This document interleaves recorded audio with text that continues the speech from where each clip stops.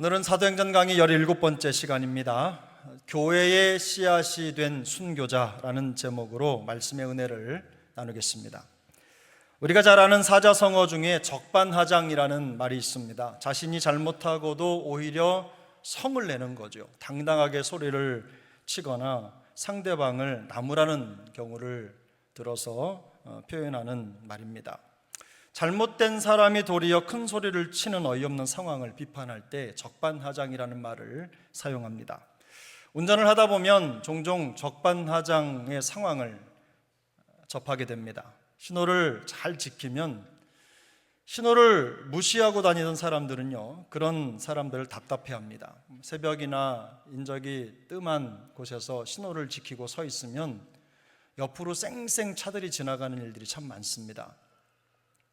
심지어는 차창을 내리고 욕설을 퍼붓기도 합니다. 내 길을 막았다는 거죠.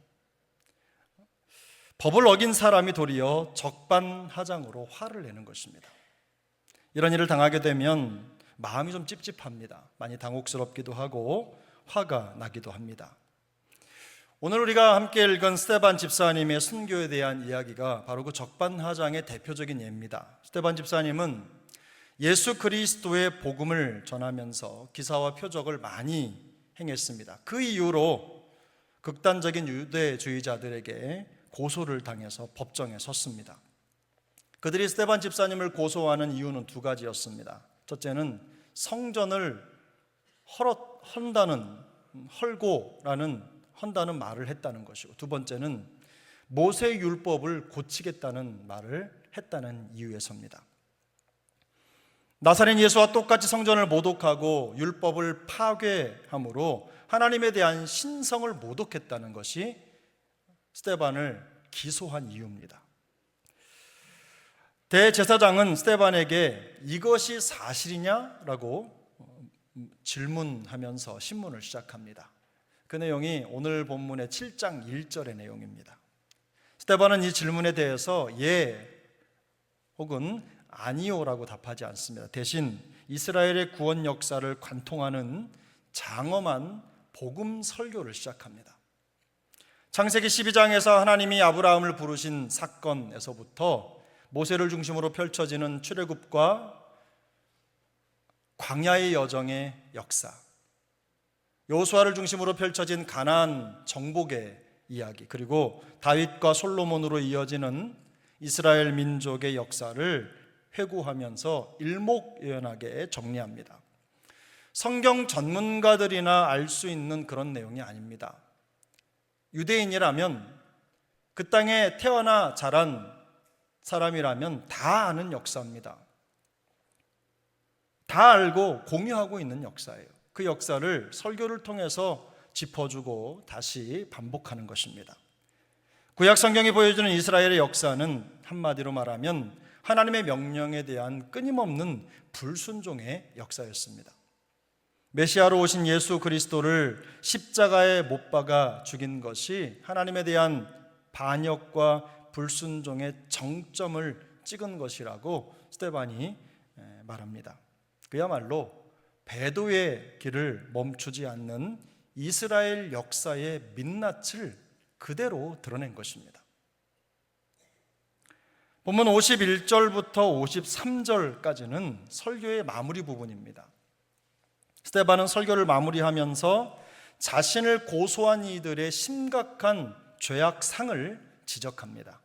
무고한 세월 동안 변함없이 하나님을 대적하고 율법을 어긴 자들이 참으로 무고한 스데반을 고소하는 적반하장을 반박하는 것입니다. 오히려 그들이 하나님을 거역하고 율법을 어긴 패역한 조상들과 다르지 않은 불순종의 세대라는 것을 세 가지 근거를 들어서 제시합니다. 우선 그들은 항상 성령을 거스르는 자들이었습니다. 51절인데요. 우리 51절 함께 읽습니다. 목이 곧고 마음과 귀에 할례를 받지 못한 사람들아, 너희도 너희 조상과 같이 항상 성령을 거스르는도다. 주님께서는 불평과 불만으로 번번이 하나님의 말씀을 거역했던 이스라엘의 광야 세대를 향해서 목이 곧은 백성이라는 평가를 내리셨습니다. 마음과 귀에 할례를 받지 못했다라는 말은 그 당시에는 말씀 없이 살아가는 이방인들을 비하하는 말이었습니다. 이런 말을 유대인들이 듣는다면 그야말로 치욕적인 표현이 아닐 수가 없는 것이죠. 또한 유대인들이 가장 중요하고 영광스럽게 생각하는 것 중에 대표적인 것이 바로 할례입니다. 그래서 그들은 이방인들을 향해서 할례 없는 자라고 부르면서 그들을 업신여겼습니다. 우리가 잘 알고 있는 대로 소년 다윗도 거인 골리앗을 만나서 그런 말을 했죠. 할례 없는 블레셋 사람이라는 표현을 사용했습니다. 그만큼 그들에게 할례는 중요한 거였습니다.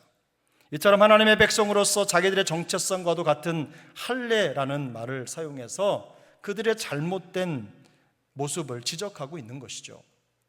겉으로는 근사한 종교 관습을 지키고 있지만 마음이나 영으로는 하나님께 닫혀 있었습니다. 진리를 행하기는커녕 듣는 것조차 하지 않는 부정한 자들이라는 것입니다.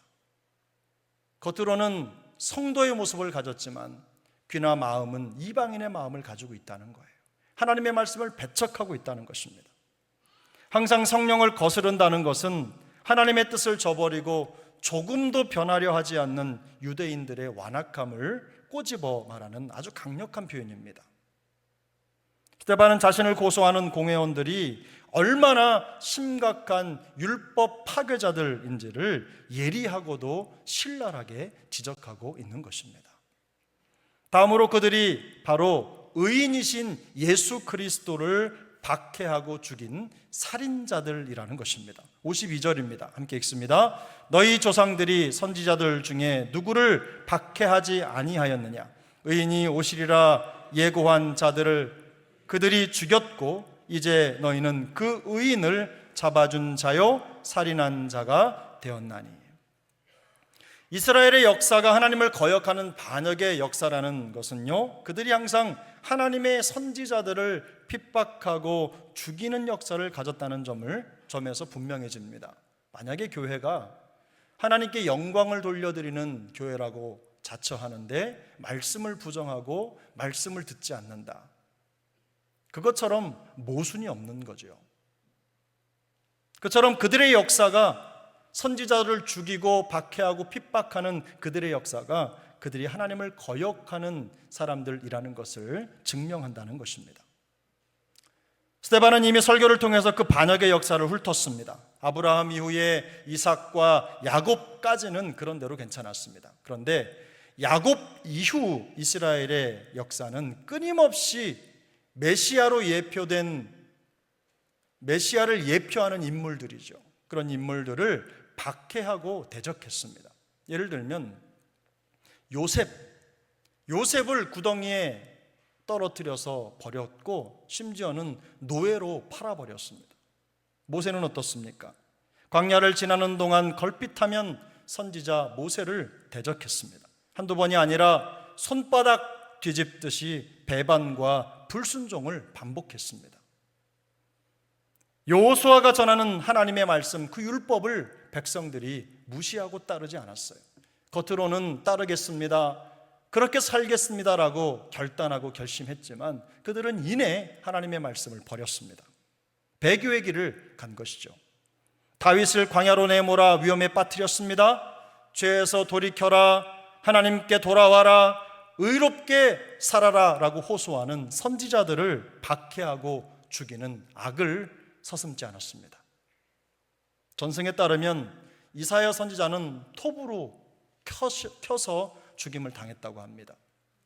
예레미야 선지자는 돌에 맞아 죽었다고 합니다. 애굽에 끌려가서. 이들의 악행은 멈추지 않고 급기야는 온 세상의 구세주로 오신 예수 그리스도를 십자가에 못 박아 죽이는 데까지 이른 것입니다. 52절에 보면 잡아준 자라는 표현이 있는데요, 이 말의 의미는 배신하다 이런 말입니다. 그래서 그 의인을 잡아준 자요라는 말은 의인으로 오신 예수님을 배신한 자요 이런 말입니다. 메시아를 배반한 자들이 메시아를 전하는 자를 고소하는, 그래서 법정에 세우는 적반하장을 저지르고 있는 것입니다. 마지막으로 그들은 율법을 받고도 지키지 않는 자들이었습니다. 53절입니다. 함께 읽습니다. 너희는 천사가 전한 율법을 받고도 지키지 아니하였도다 하니라. 아멘. 하나님이 천사들을 통해 율법을 주셨다, 이런 사상은 그 당시 유대인들에게 널리 퍼져 있던 어떤 생각이었습니다. 그들은 토라를 배우고 율법을 배울 때 하나님이 천사를 통해서 우리에게 율법을 주셨다, 이렇게 배웠습니다. 갈라디아 3장 19절을 보면 그런즉 율법은 무엇이냐? 범법함으로 더하여진 것이라. 천사들을 통하여 한 중보자의 손으로 베푸신 것인데 약속하신 자손이 오시기까지 있을 것이라. 이것은 사도 바울이 율법과 복음의 관계를 설명하는 대목에서 한 말입니다. 사도 바울 역시도 하나님이 천사를 통해서 우리에게 율법을 주셨다는 유대인들의 사상을 어느 정도는 받아들이고 있는 것으로 보입니다. 일생 동안 율법에 익숙해 있었고 공부했고 거기에 탁월한 식견을 가지고 있는 사도 바울이라고 생각해 보면 매우 당연한 내용이었을 것입니다. 아마 그는 이 내용에 대해서 매우 익숙했을 거예요. 그러나 성경에는 하나님이 율법을 천사를 통해 주셨다는 기록은 없습니다. 그러니까 하나님이 천사를 통해서 우리에게 율법을 주셨다는 말은 성경적인 것이 아닙니다. 그렇다면 왜 사도 바울이 이런 말을 사용했을까? 왜 스데반이 이런 말을 사용했을까? 생각해 보면 바울이나 스데반은 유대인들이 가진 생각을 역으로 이용하고 있는 것입니다. 그들이 율법을 받고서도 지키지 않고 있다는 점을 강하게 부각하고 있는 것이죠. 신명기 18장 15절은 이렇게 말씀합니다. 내 하나님 여호와께서 너희 가운데 내 형제 중에서 너를 위하여 나와 같은 선지자 하나를 일으키시리니 너희는 그의 말을 들을지니라. 이것은 하나님이 모세를 통하여 말씀하신 내용입니다. 이스라엘의 백성들에게 전하는 것이죠. 내 형제 중에서 일어날 선지자라고 하는 표현이 가리키는 것이 바로 장차 오실 예수님에 대한 부분입니다. 이스라엘은 그분의 말씀을 들어야 한다는 것입니다. 버젓이 율법으로 분명한 말씀을 이렇게 받았음에도 불구하고 그들은 듣지 않고 패역을 일삼는 자들이라는 것을 스데반이 강력하게 지적하는 것이죠. 이처럼 적나라하게 죄를 지적받고 드러내는데 유대인들이 가만히 듣고 있을 리가 없습니다. 그들은 스데반의 말을 듣고 마음에 찔림을 받았습니다. 찔림을 받고 고치면, 태도를 바꾸면, 마음을 바꾸면 성숙한 것입니다. 죄를 범했어도 지적을 받고 생각을 돌이키면 성숙한 겁니다. 그런데 그렇지 않습니다. 찔림을 받고 마음과 태도를 고치면 좋겠지만 그들은 반대로 행동합니다. 그들은 스데반을 향하여 이를 갈았습니다. 바로 그때 스데반을 둘러싼 군중들의 감정을 더 자극하는 일이 벌어집니다. 우리 56절, 57절, 58절 세 절 말씀을 천천히 읽겠습니다. 말하되 보라, 하늘이 열리고 인자가 하나님 우편에 서신 것을 보노라 한데 그들이 큰 소리를 지르며 귀를 막고 일제히 그에게 달려들어 성 밖으로 내치고 돌로 칠세 증인들이 옷을 벗어 사울이라 하는 청년의 발 앞에 두니라. 스데반이 고개를 들어 하늘을 보면서 주님이 자신을 내려다보고 있는 것을 간증합니다. 주님이 나를 보고 있다는 것을 말한 거예요. 그러자 사람들은 격렬하게 소리를 질렀습니다. 격분한 거죠. 그리고는 귀를 틀어 막았습니다. 그리고 스데반을 성문 밖으로 내치고 돌로 쳐서 죽이고 말았습니다.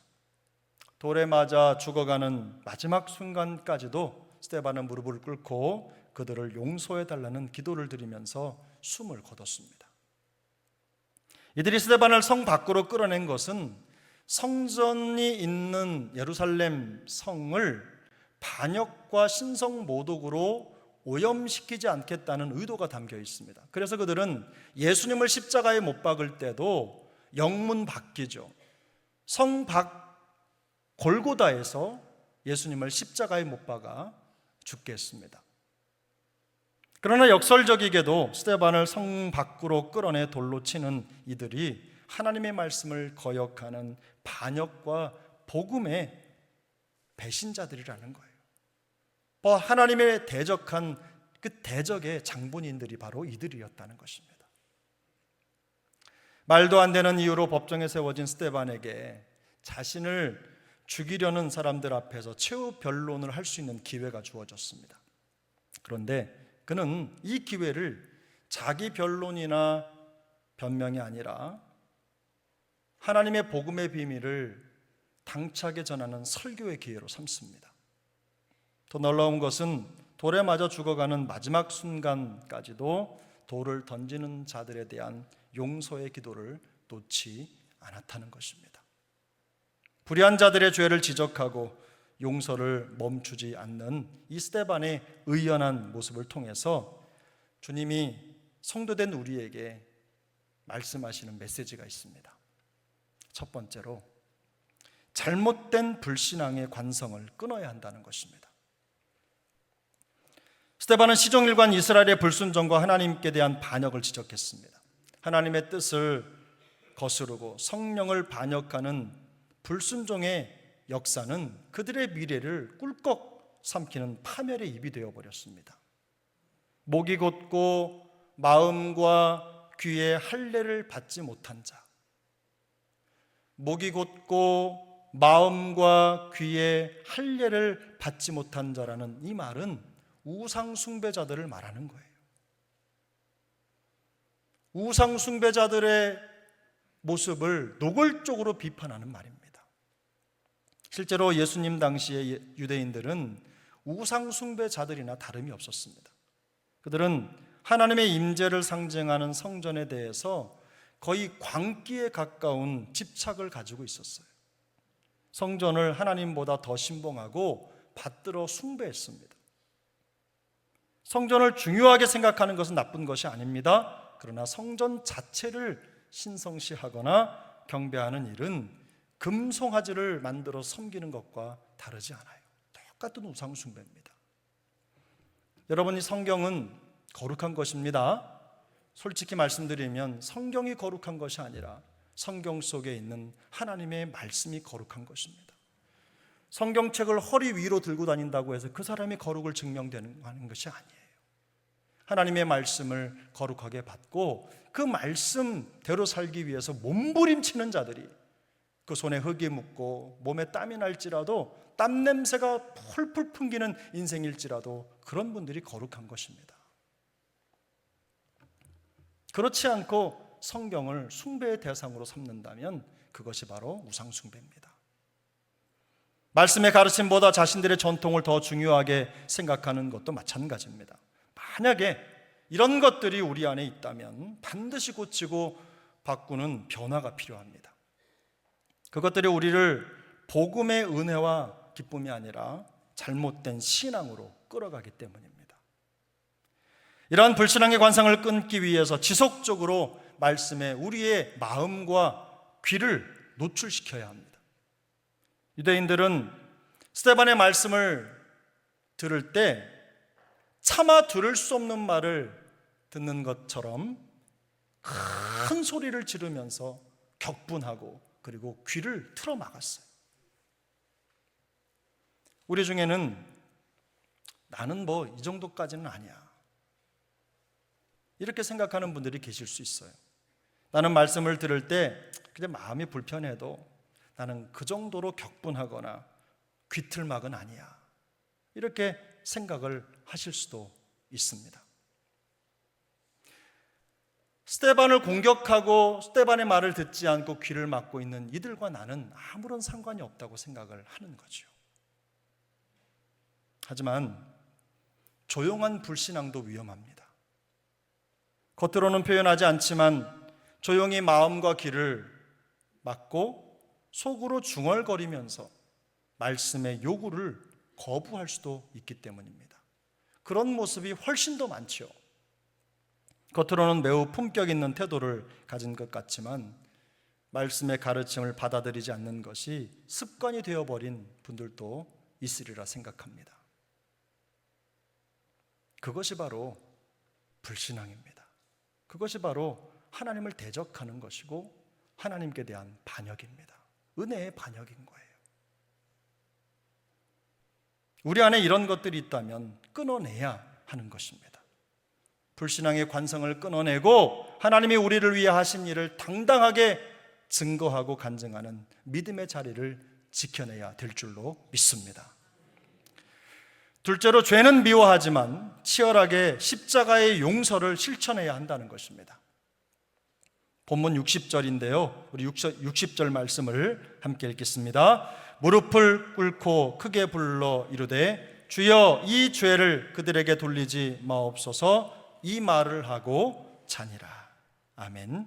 스데반의 마지막 기도는 예수님이 십자가에서 드렸던 그 기도를 닮았습니다. 스데반의 마지막 모습은 예수님께서 십자가에서 이루신 그 용서의 길을 그대로 가고 있는 거예요. 그는 하나님의 뜻을 배반하고 거역한 자기 민족, 자기 형제의 죄를 신랄하게 지적하고 비판하고 책망하고 있지만 십자가를 통해 보여주신 예수님의 용서를 깨닫고 주님 앞에 돌아오기를 바랬던 것입니다. 그것이 죄를 지적하고 지금 이 말씀을 하고 있는 스데반의 마음속에 담긴 진심인 거예요. 주님의 마음을 깨닫기를 바란 거죠. 누가복음 17장 3절에서 주님은 이렇게 말씀하십니다. 너희는 스스로 조심하라. 만일 내 형제가 죄를 범하거든 경고하고 회개하거든 용서하라. 형제가 죄를 범하거든 경고하고 회개하거든 용서하라. 주님은 죄를 범한 형제에 대한 경고와 용서의 균형을 강조하셨습니다. 둘 중 어느 것 하나만 중요하다고 말씀하신 게 아닙니다. 죄를 지적하는 것, 경고하는 것도 중요하고 회개하면 용서하는 것도 중요하다는 거예요. 스데반은 주님이 말씀하신 대로 죄는 지적하고 경고하지만 마지막까지 십자가의 용서를 치열하게 실천하다가 끝내는 순교를 당하고 만 것입니다. 무엇이 이처럼 스데반으로 하여금 그토록 초연하게 그리고 의연하게 마지막까지 용서의 마음을 잃지 않을 수 있도록 했을까? 의문을 가질 수도 있습니다. 그런데 그 이유는 단 하나입니다. 그는 환하게 열린 하늘 문을 통해서 십자가의 용서를 베풀어 주신 그 주님을 바라보았기 때문입니다. 죄인들을 용서하시기 위해 십자가에 달려 죽으시고 부활하신 그 주님을 만난 사람은 죽음 너머를 내다보기 때문에 지상에서 벌어진 원한 같은 것에서 자유로울 수 있는 것입니다. 저속한 감정이나 원한에 자기의 영혼을 팔지 않습니다. 그것 때문에 영원한 하나님의 나라의 영광을 거부하지 않아요. 몇 주 전에도 말씀을 드렸지만 사람은 누구나 사납게 공격을 받고 상해를 당하면 마음속에 보복 의지를 이게 끌어올립니다. 그 의지가 막 불타오르는 것이죠. 당하면 당한 만큼 돌려주고자 하는 마음이 생기는 거예요. 그러나 보복으로는 만족하지 못할 때가 더 많습니다. 보복의 방식만으로는 우리의 감정의 상함을, 갈증을 완전히 풀어내고 치료할 수가 없는 것이죠. 요즘은 별일도 아닌 일에 격분하고 또 너무 쉽게 살인을 자행하는 처참한 시대입니다. 어떻게 저런 일이 생길까 하는 일들이 너무나 많이 발생을 하고 있어요. 그럼에도 십자가의 용서를 실천하기 위해서 이를 악물고 죽음의 자리에서도 무릎을 꿇어 기도하는 이 스데반의 모습은 우리 모든 그리스도인들을 향한 하나님의 간절한 음성인 줄로 믿습니다. 하나님의 음성입니다. 죄는 미워하지만 십자가의 용서를 치열하게 실천하라는 성령의 음성입니다. 이런 성도와 교회를 통해 놀라운 복음의 일이 세상에 더욱더 분명하게 나타나게 될 것입니다. 그런 의미에서 진정한 용서는 복음을 위한 순교입니다. 사람들의 돌팔매질에 죽어간 스데반의 순교는 안타깝습니다. 그러나 매우 역설적입니다. 그 순교가 바로 승리의 표지이기 때문입니다. 스데반의 죽음을 구경하던 사도 바울은 그 사건을 계기로 해서 예수님을 믿고 위대한 복음 전도자가 되었습니다. 그를 통해서 이제 복음은 예루살렘의 담을 넘어서 저기 사마리아와 이방 민족들에게 더욱 빠르게 전파될 것입니다. 하나님께서 스데반이 흘린 그 피를, 그 순교의 피를 교회의 씨앗으로 삼으신 것입니다. 교회는 이런 희생의 피로 견고해집니다. 하나님의 뜻에서 점점 멀어지고 죄를 지으면서도 오히려 적반하장으로 큰 소리를 치며 범죄의 가속도를 높여가는 이 시대를 향해서 우리 여수세종항교회가 복음의 경종을 울리는 선교적 사명을 잘 감당할 수 있게 되기를 소망합니다. 이제 우리 개인과 가정에게도 메시지가 있죠. 예수님께서 보여주신 십자가의 용서를 치열하게 실천하는 바로 그 삶이 순교적인 삶입니다.